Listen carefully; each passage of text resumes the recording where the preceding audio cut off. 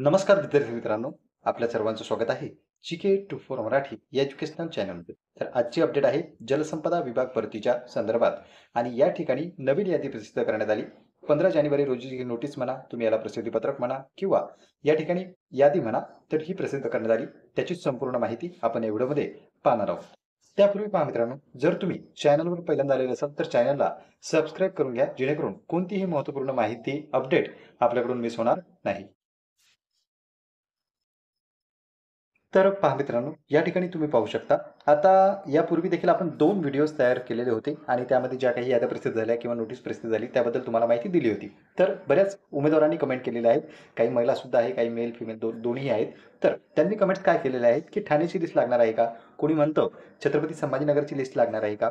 तर पहा मित्रांनो, ह्या ज्या काही याद्या येत आहेत, म्हणजे जे काही वेटिंग लिस्टवरचे उमेदवार असो किंवा आणखी उमेदवार असो एक्स्ट्रावाले, त्यांना का इथे संधी मिळत आहे? ज्यांची निवड झाली ते अनुपस्थित राहिल्यामुळे, म्हणजे जे काही उमेदवार निवड झाली होती, ज्यांचं सिलेक्शन झालं होतं, ते या ठिकाणी जॉईन झाले नाही. त्यामुळे जागा रिक्त राहिल्या आणि रिक्त राहिलेल्या जागा या भरून काढण्यासाठीच आणखी उमेदवारांना संधी मिळत आहे. एक कारण तर हे आहे.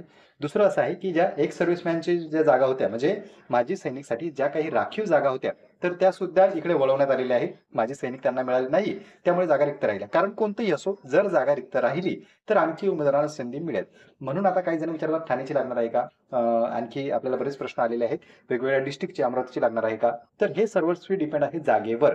जर जागा रिक्त झाली तर नक्कीच लिस्ट ही लागणार आहे आणि ती ऑफिशियल अपडेट आल्यावर आपल्याला कळेलच. आता पहा आजची अपडेट कशा संदर्भात आहे. तर इथे तुम्ही पाहू शकता, महाराष्ट्र शासन जलसंपदा विभाग अधीक्षक अभियंता संचालक आणि हे आहे पुणेची यादी. पुणे संदर्भात देखील कमेंट्स आलेल्या होत्या आपल्याला. 15/1/2025 म्हणजे आजच ही यादी प्रसिद्ध करण्यात आली. आणि इथे पहा, सरळ सेवेच्या नाम निर्देशनाने भरावयाचे माजी सैनिकांच्या 15% कोट्यातील अर्हताप्राप्त माजी सैनिक प्राप्त न झाल्याने सर्वसाधारण उमेदवारांमधून गुणानुक्रमाने स्थापत्य अभियांत्रिकी सहाय्यक पोस्ट, लक्षात ठेवा कोणती पोस्ट आहे, स्थापत्य अभियांत्रिकी सहाय्यक गट क या पदावर तात्पुरत्या स्वरूपात नियुक्तीकरिता शिफारस करण्याच्या बाबतीत हे संपूर्ण प्रसिद्धीपत्रक आहे किंवा या प्रसिद्धीपत्रकाचा हा विषय आहे. खाली पहा सविस्तर माहिती त्यांनी दिली. जे काही ठळक बाबी आपण त्या जाणून घेऊया. इथे पहा, पदाबाबत माहिती होती की उपरोक्त संदर्भीय क्रमाने महत्वाचा आहे. गट व गट क नामनिर्देशनाने कोट्यातील 14 संवर्गाची एकूण 4497 रिक्त पदे सरळ सेवेने भरण्याबाबत शासन मान्यतेनुसार सरळ सेवा भरती प्रक्रिया राबवण्यात आलेली आहे आणि रिझल्ट सुद्धा त्याचे लागलेले आहेत. ती त्यांनी संपूर्ण माहिती यामध्ये दिली. रिझल्ट कधी लागले, परीक्षा कधी झाली, त्याचा निकाल कधी लागला, मेरिट लिस्ट कधी लागली, या संदर्भातील हे ठळक ठळक मुद्दे आहेत. इथे पहा,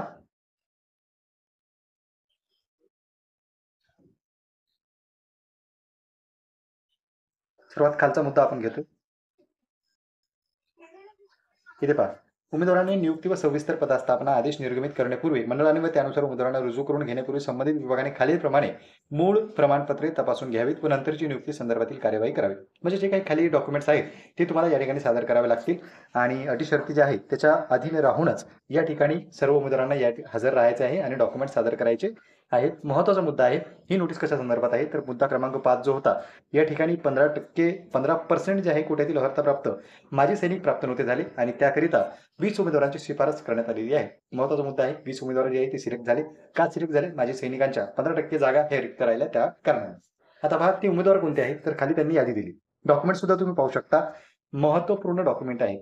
जलसंपदा विभागाची भरती असो, नगर परिषदेची भरती असो, आगामी काळात सरळ सेवेच्या ज्या काही भरत्या आहेत, आपल्याला माहितीच आहे ट्रेझरी डिपार्टमेंटच्या व्हॅकन्सी आलेल्या आहेत, त्यासाठी देखील तुम्ही अप्लाय करणारच आहात आणि महानगरपालिकेच्या देखील जाहिराती आलेल्या आहेत. तर अशा ज्या काही जाहिराती आहेत त्यामध्ये तुम्हाला सर्वात शेवटचा टप्पा असतो तो म्हणजे डॉक्युमेंट व्हेरिफिकेशनचा आणि त्यानंतर तुमची होते निवड. तर डॉक्युमेंट व्हेरिफिकेशनसाठी कोणकोणती कागदपत्रे लागतात ही या ठिकाणी तुम्ही याचा स्क्रीनशॉट घेऊन ठेवू शकता. तर पहिले पहा, यांनी प्रमाणपत्र सांगितलेलं आहे. किमान शैक्षणिक अर्हता काय आहे, अधिवास प्रमाणपत्र, उन्नत व प्रगत गटात मोडल्या नसल्याबाबतचे प्रमाणपत्र म्हणजे नॉन क्रिमिलियर NCL आपल्याला सादर करायचं आहे. त्यानंतर जात व जात वैधता प्रमाणपत्र. आता जात वैधता म्हणजे कास्ट व्हॅलिडिटीमध्ये आपल्याला सूट मिळू शकते काही महिन्यांची सादर करण्यासाठी. नंतर पहा, खाली उमेदवारांची नावे आहेत. हे सविस्तर डॉक्युमेंट आहे, जे तुम्ही स्क्रीनशॉट घेऊन ठेवा आणि डॉक्युमेंट तुमच्याकडे तयार असणं गरजेचे आहे जर तुम्ही फॉर्म भरत असाल तर.